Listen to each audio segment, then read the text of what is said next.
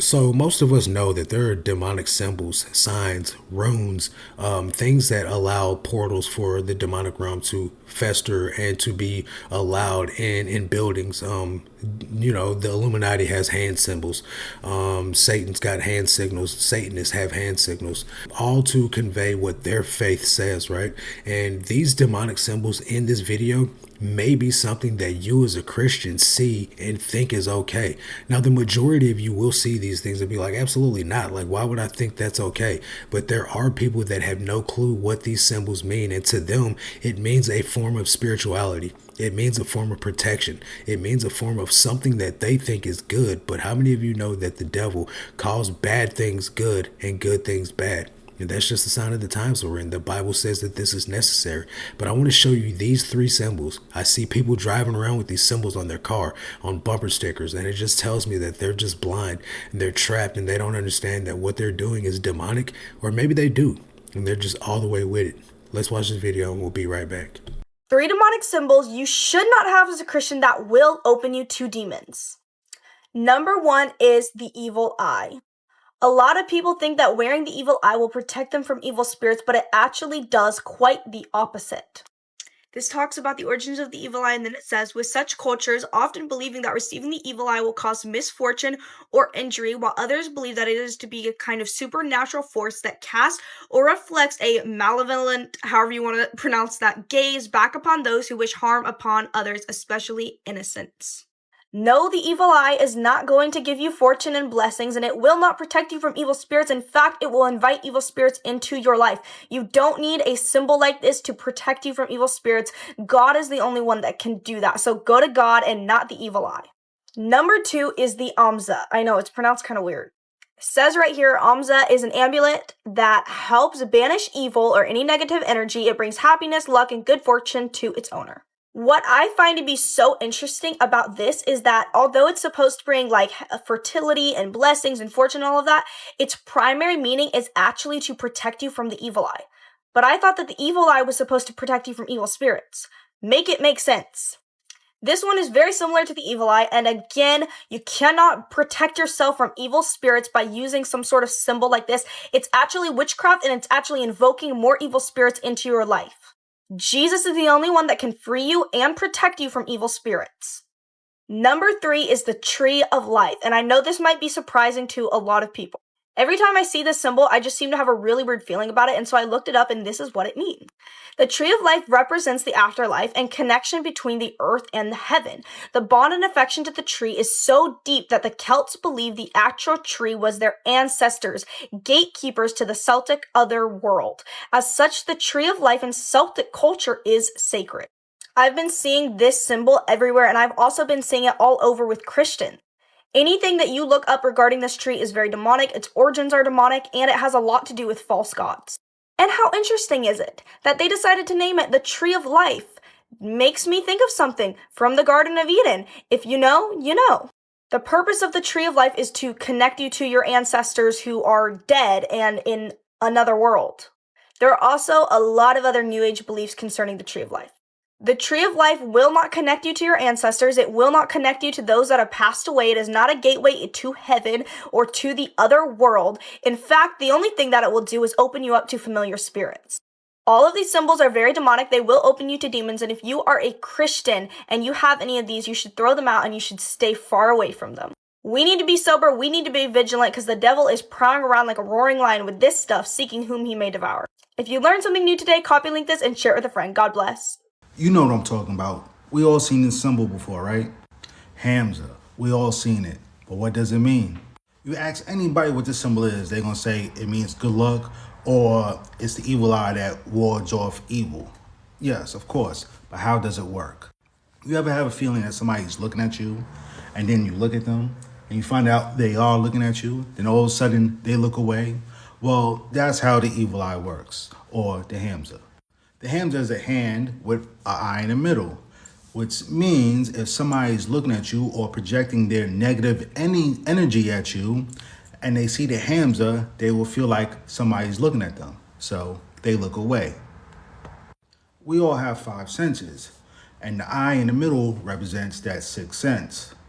And we all know Where your hands go, attention goes. So when people are projecting their negativity towards you, their attention is drawn to the hand and then to the eye, and then they're triggered to look away.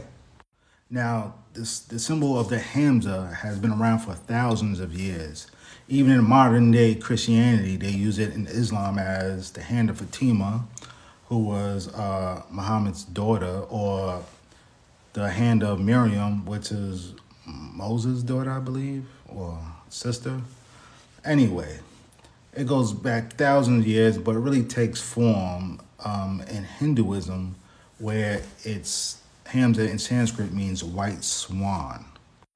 Now, this Hamsa swan was the vehicle that Brahma, this Hindu god, rode on, and it represented the life force or prana that allowed him to fly. It was almost like chi energy.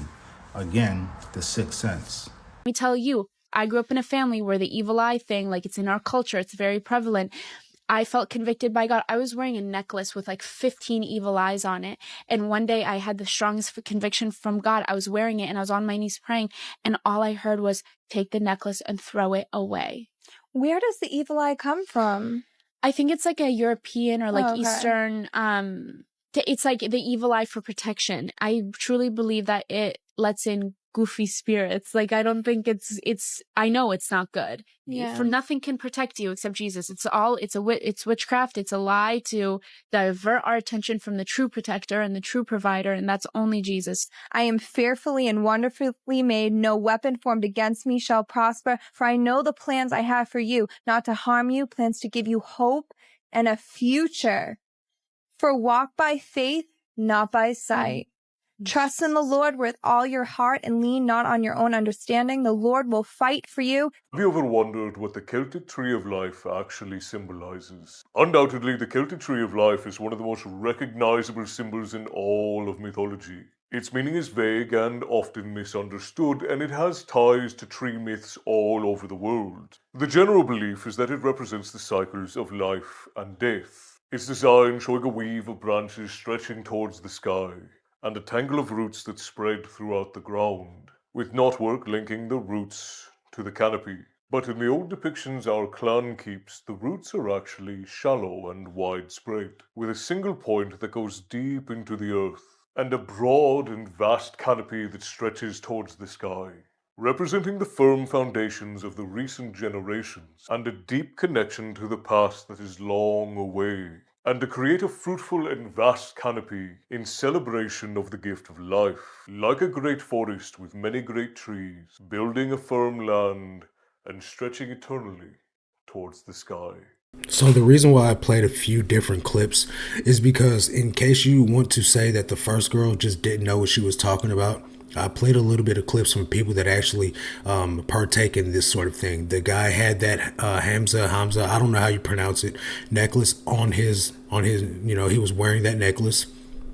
The girl from Girls Gone Bible, that's her culture, that had the evil eye necklace on. And then this Celtic guy talking about the tree of life, right? Their descriptions of it didn't make it sound any less demonic. It didn't make it any better, right? So you can't just blame it on the girl that said you don't know what you're talking about, because that's what some of the comments in that video said. Let me read you some of the comments from the first girl's video.